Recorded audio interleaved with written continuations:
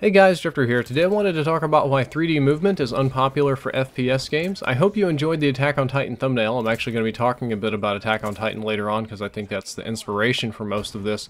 But three major shooters in the last, we'll say year and a half, have all had 3D movement in them as a core feature, and all of them have failed in a sense. I'll put failed in quotes. Those were Titanfall, Destiny, and Advanced Warfare. None of those really panned out as expected.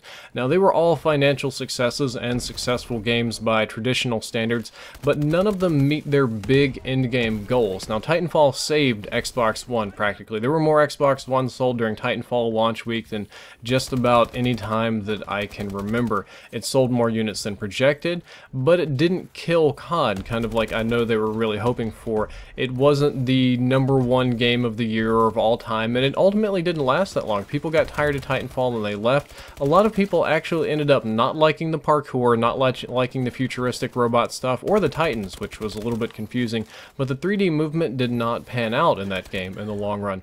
Destiny launched an entirely new franchise for Bungie, huge thing. It also basically pioneered a new style of game, the RNG, the grind, the very grindy, and the single player multiplayer crossover kind of thing was a big deal that they pushed, and it sold more than projected, but it's slowly losing players. It's constantly in flux and changing, and that's normal for a new franchise. That's not the worst. There's definitely a core player base that's standing, but it wasn't a COD killer. It wasn't a #1. It didn't dethrone Black Ops 2 or Counter-Strike or any of this stuff. And Advanced Warfare launched a new franchise and sub-franchise for Call of Duty. It was the #1 seller for this year, on most platforms, #1 of just everything. Made a ton of money, ton of DLC or whatever, but the community has more or less turned against exo movements, and you see that very much so when you compare it to Black Ops 3. The #1 thing people want from Treyarch is to take advanced movement, 3D movement, exos, and throw that in the garbage and go back to regular old on-the-ground combat. And my question is, why did these three major companies all decide to try 3D movement at the same time? Did Titanfall do it, and then all of them upended their entire dev cycle to copy Titanfall? I really find that unlikely when you consider how long it takes to make these video games. It's more likely to be a case of convergent design. This is basically when several people or companies or organizations are all trying to solve the same problem, and they come up with the same or similar solution because it seems to be the best one. In this case, the problem was FPS games were getting stale. The last, I don't know, like 5 Call of Duty games were largely the same. Like it or not, they were all the same kind of game, same kind of spawns, same kind of gun mechanics, same thing. Counter-Strike, albeit different, you can get mad about it all day, is very similar to Call of Duty. You're on the ground, you have your guns, you die quickly, you shoot, it's tactical. The difference is Counter-Strike, you have only the one round, and so you play a little more conservatively, whereas Call of Duty, you respawn a lot, unless you're doing search and destroy, in which case they're both more similar again. But people have been playing that forever and ever and ever and ever, like a decade or more of games that more or less work like that unless you throw vehicles into the mix, and consumers were ever so much demanding innovation. We want something new, we want a new game experience, we want a new FPS experience, we're tired of the same old, and they all thought about this really hard. You can't just add new guns, you just can't add a new grenade and be like, wow, well, we want new Call of Duty. It doesn't work like that. And they all arrived at the same conclusion. We need to add 3D movement to our games. If we change the movement mechanic, we change the dynamic of the shooter, we innovate, and we make the consumer happy. That's how we're going to do this. And they had some baselines for this, because actually a lot of the older shooters like Quake, Unreal, Tribes, like a lot of these really old school hardcore kind of games actually had mechanics a lot like that. So there were some baselines, and you know that could have worked in the past, or did work in the past. Makes total sense if you're there trying to research game design or philosophy or something like that. And I also will blame Attack on Titan a little bit. This was just about the time Attack on Titan was becoming very popular and mainstream, which means that it was gaining popularity in nerdier or more, tighter circles earlier, that people were knowing it, learning about it. And I'm going to go ahead and just take a guess that a whole crap load of devs watch anime, they read comics. Matter of fact, I know that they do. Game developers, they're a very nerdy group, and when you go to the offices, you can see all the little knickknacks and trinkets and stuff that they have. So of course, lots of people were watching Attack on Titan, and one of the core ideas on that is that they fought in these 3D movement suits to fight giant monsters, so to speak. They were basically like giant people, but they had kind of superpowers. But they had 3D movement suits that allowed them to scale buildings, move quickly, to attack from different angles, angles and something like that. And that core idea carries over to all of these games. So I just have a sneaking suspicion that Attack on Titan was a big inspiration for all of this stuff.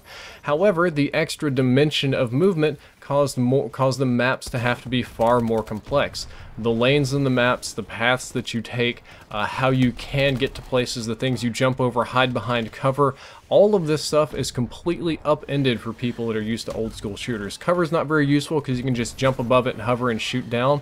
The paths across the map are completely different. Their ground paths are worthless. You're really looking at parkour paths and building paths and hops and different crazy things like that, and everybody's trying to get as high and as tall as they possibly can to shoot down on people. But I think the biggest core problem is that it also caused player movement to become very unpredictable. In previous shooter games, the way to win a gunfight was to put yourself in a better position than the opponent, for them to be exposed and you behind cover, preferably elevated, and shoot them. Maybe if you had better aim than them. On the ground, this was more or less two-dimensional. You can look left and right, and the upward is just the recoil. There's no jumping up and down very much. And it allowed players that mastered the spawns, that mastered positioning, smart plays, that sort of stuff, to play very, very well, and they did that. Unfortunately, when you add in the ability to just boost right off the ground really fast, or to wall run, or do this kind of stuff, spawn control became very, very difficult if doable at all. Map control became a nightmare, and aiming became probably twice as hard. So players that were familiar with these rewarding tactics no longer felt rewarded. They felt the most rewarding gameplay is to use your wall running or your little hunter quadruple jump teleport blink strike thing to just jump in somebody's face and spray them, because where a first-person shooter game ultimately breaks down, and this is why Call of Duty has the instant knifing, why Destiny has melee, and why Titanfall has neck snapping, is once you get in somebody's face, the look sensitivities aren't right for them to be able to aim properly. You can't adjust that. Like when somebody gets in your face and you're bumping the enemy's body and you're both meleeing each other and missing and kind of like, you know, fighting with wet noodles or whatever, that's where a first-person shooter mechanic breaks down. That's where they fail. That's where they get useless. That's why we have knifing and stuff. But advanced movement mechanics allow you to do just that. They allow you to get in really close and force the sort of failure of a first-person shooter to cause the illusion to break and not really pan out, and people don't like that. The unpredictability of gunfights, the extremely complex maps, the less value on positioning, and the ultimate breakdown of the first-person shooter illusory experience causes people to get really soured on advanced movement. They don't like that. They find it disorienting, frustrating, many other things. And I understand them a little better now. I personally don't agree. I'm a big fan of 3D movement. The first shooter games that I played were Unreal, and then I did Tribes. And I've always been a big fan of bouncy, aggressive, 3D, wall running, all that. Like, I loved Mirror's Edge. Like, all that kind of stuff is great for me. But I understand that a lot of people not only have different experiences but taste than me, and I understand where their frustrations are coming from. Thus, we have this demand for old school shooters. Thus, we have people souring on Titanfall, demanding Black Ops 3 go back to just ground only. People looking into Counter-Strike or Verdun or what's that other game? Insurgency. Anything that emulates an old 2D environment, because that's what they're familiar with, because it plays better based on the skills that they think should be rewarding for a first-person shooter, and that's something that I empathize with. And the question becomes, how do you fix this? How do you fix this problem of 3D shooters not being popular? And the answer is, I don't know exactly. Now, obviously, this video is a lot related to Black Ops 3. I know what Treyarch plans to do. Treyarch kind of limited the verticality on your jumps and on how high you can climb, because Titanfall ultimately became a game of who's on top of the highest building and shooting down on people. Advanced Warfare wasn't as bad about that, but elevation wins most of the gunfights, and people just like to get up high. And what their design philosophy was, we're going to keep the combat in frame. Now, this is a different thing. We as human beings are used to looking left and right for threats. We don't look up and down because evolutionarily and in our normal environments, we're not fighting birds or pet pterodactyls or anything like that. We're fighting tigers, elephants. You know, we're hunting for things on the ground with the same level of us. So we are pre-programmed and hardwired to look left and right way more than we are up and down. And you can see this in the wide screen that you're probably watching this on right now. The video is 16:9. It's wider than it is tall. We have more vision, you know, horizontally, or naturally we intake the inputs better than we do vertically, and that's just kind of how it is. So Treyarch's idea is, if we limit verticality, So you can't jump, you know, more than 2 levels. You can't just climb up on the tallest thing and shoot down on people. Then what we can do is we can keep the entire combat on frame. We can keep our advanced movements. We can keep people moving around and doing interesting things, but we keep it more on the horizontal axis than we do on the vertical axis. I don't know if this approach is going to work for them. I don't know if it's the best approach. I know that's their idea. It's really not a bad idea. It makes sense to me.